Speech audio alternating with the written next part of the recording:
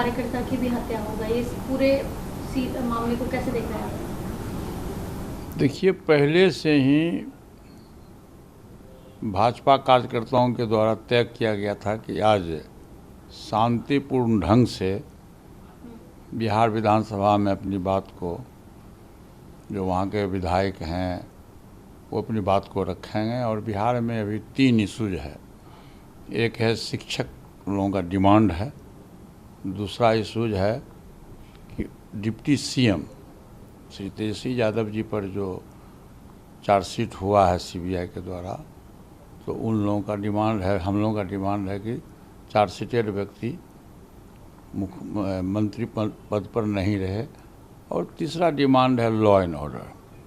तीनों इशूज़ के लेकर के आज शांतिपूर्ण प्रदर्शन गांधी मैदान से निकाला गया था डाक बंगला चौक पर।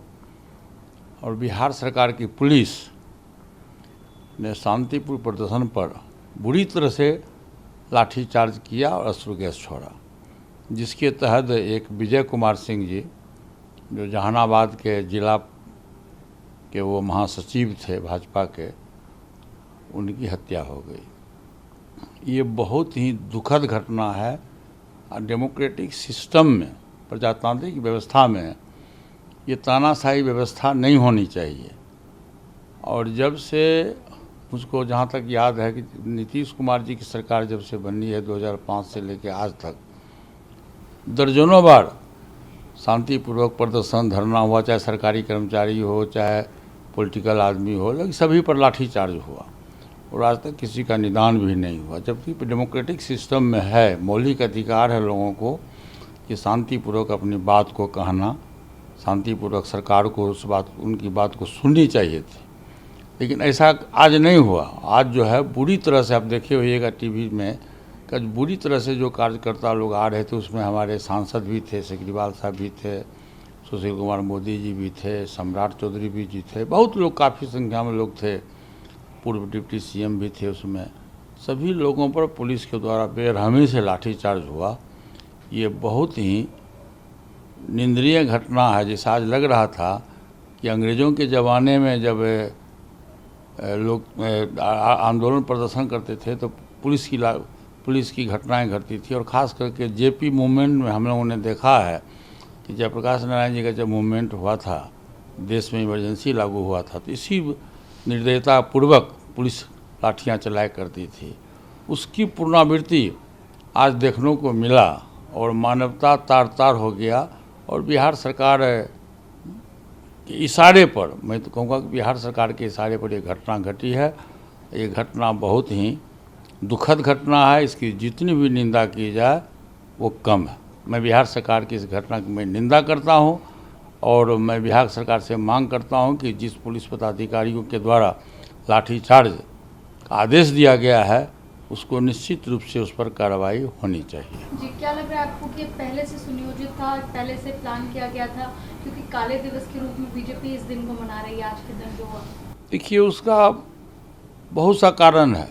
पहले नीतीश कुमार जी भाजपा गठबंधन में थे और वो पाला बदल के चले गए आरजेडी गठबंधन में, तो उनको भाजपा के लोगों से एलर्जी है। भाजपा के लोग या एनडीए के लोग जो कुछ भी हम लोगों का डिमांड्स होता है उसको बिहार सरकार उसका विरोध करती है। और बिहार सरकार के इशारे पर ये घटनाएं घटी। और ख़ास कर आप देखिए होइएगा, खास करके जो महिलाएं हमारी हैं, वो विधायिका भी हैं, महिलाएं काफ़ी संख्या में थी, उन पर भी काफ़ी बुरी तरह से लाठी प्रहार हुआ।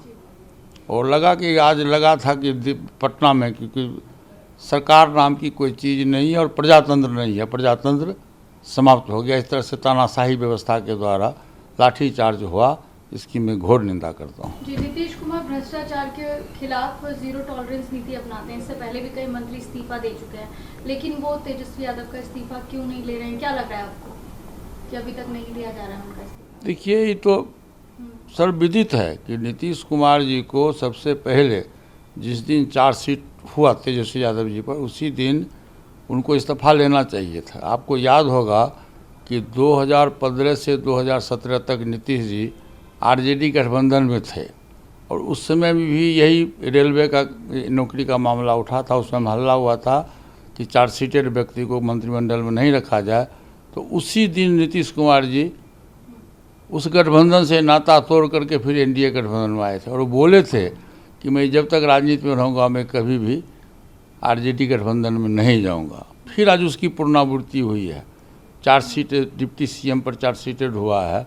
उनको नैतिकता के आधार पर डिप्टी सीएम को इस्तीफा करना चाहिए। यदि इस्तीफा नहीं किए हैं तो मुख्यमंत्री जी को निश्चित रूप से उनको बर्खास्त करना चाहिए। जी, तेजस्वी यादव 2 करोड़ नौकरियों की भी बात कर रहे हैं कि जो कि मोदी सरकार ने वादा किया था, जब उनसे 10 लाख नौकरियों की बात की गई कि वो पहले तो आप तेजस्वी से पूछिए कि आपकी सरकार जो 18 वर्ष से बिहार में सरकार है, आपने कितने लोगों को नौकरी दिया है?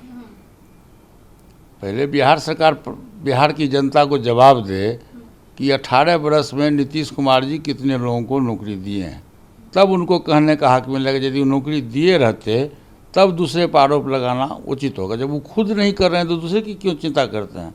और भारत सरकार का तो ऐलान है, मैं फिर 22 तारीख को जा रहा हूँ, भारत सरकार का ऐलान है कि मैं 1 वर्ष में 10 लाख लोगों को नौकरी दूंगा और प्रत्येक माह 70 से 75 हज़ार लोगों को नौकरी दी जा रही है।